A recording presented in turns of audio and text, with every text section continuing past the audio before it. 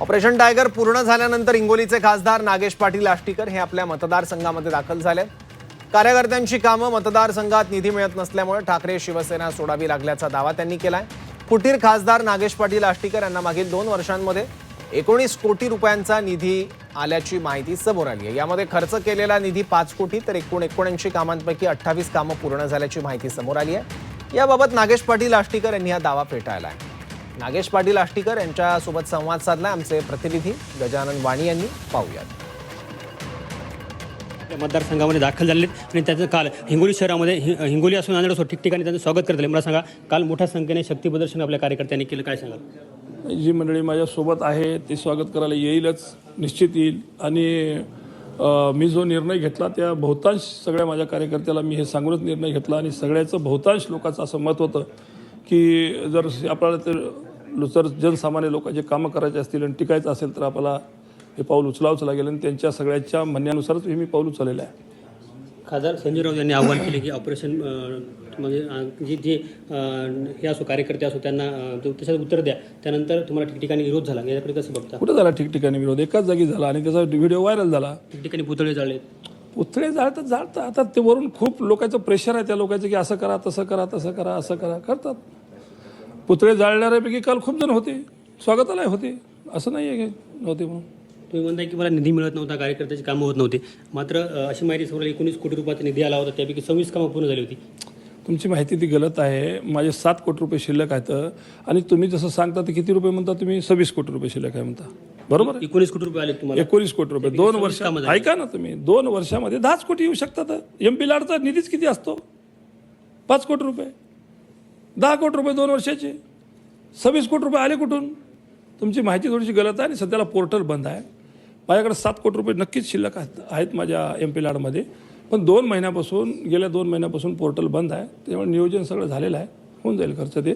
आणि 26 कोटी जरी तुम्ही म्हणताय, 26 कोटी भागिले 6 करा किती होतात ते, आणि तेवढ्यावर काय होतं? कोणाकोणाला देऊ? एकाला देऊन 100 अंगावर घ्यावं लागतात, ही परिस्थिती आहे। बोलणं वेगळं आहे, निधीसाठी बाकी काही लोक निधीला मागत नाहीत का? अहो, मुंबईची गोष्ट तुम्ही वेगळी आहे। मुंबईमध्ये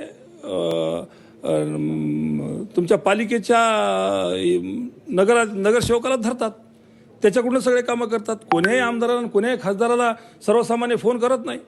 इथं ढोरकं पोरगं बी लाईट गेली तर आम्हाला खासदाराला फोन करते, असं नाही आहे। तिथली परिस्थिती वेगळी आहे, इथली परिस्थिती वेगळी आहे।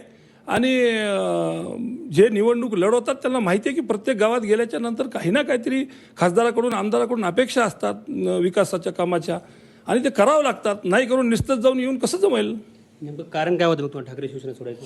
सांगितलं की मग तुम्हाला मी फक्त विकास कामासाठी आणि निधी मिळत नसल्यामुळं आणि अधिकारी लोक कोणीही विरोधी पक्षाच्या लोकांचे कामं करत नव्हते, त्यामुळे हे पाऊल उचलावं लागला, दुसरं काही नाही। 27-28 तारखेला उद्धव ठाकरे यांचा दौरा हिंगोली परभणी आहे, याकडे कसं बघता? स्वागतच आहे त्यांचं। आपल्या मतदारसंघामध्ये अनेक विकास कामे प्रलंबित आहेत, त्याकडे निश्चित त्याकडे लक्ष घालेल। त्या संबंधित मंत्र्याकडे बसून या सगळ्या गोष्टीचा आढावा घेऊन कोण्या पद्धतीने याला पुढे नेता येते त्या पद्धतीचे सगळे प्रयत्न मी नक्की करेन। तुम्ही आता राहुल गांधींविषयी म्हणालात की राहुल गांधी कधी पंतप्रधान होऊ शकत नाही, त्याकडे कसं? सत्य आहे, कारण तुम्ही पब्लिकमध्येच नाही आहे, तुम्ही लोकांमध्ये बोलतच नाही आहेत। आम्ही एवढे विरोधी पक्षात आता इतके दिवस आम्ही तिथे 2 वर्ष काढले, मला अजून तरी वाटत नाही की आमच्या एक सावंत साहेबापेक्षा दुसरं कोणाला राहुल गांधी बोलले असतील। कोणत्याही विरोधी पक्षाच्या एखाद्या खासदारापाशी जाऊन हाय हॅलो केला असेल, त्याला गुड मॉर्निंग गुड आफ्टरनून केला असेल, कोणाला आत्तापासून आम्हाला कधी चहा प्यायला बोलवलं असेल विरोधी पक्षाचा नेता म्हणून? कशाचे तुम्ही कोणाच्या जीवावर कशाच्या जीवावर होणार? तुम्हाला जर लोक असं ज्या सभागृहामध्ये तुमचे मित्र खासदार तुमच्या सोबत आहेत, विरोधी पक्षात आहेत, त्यांनाच तुम्ही विचारता तर सर्वसामान्यांची काय गत आहे? आणि तुम्ही कधी होणार ते? आता एकनाथ शिंदेंचं म्हणणं आलं की नागेश पाटील आष्टीकर यांच्या नादी लागू नका, ते बॅट्समन आहेत का?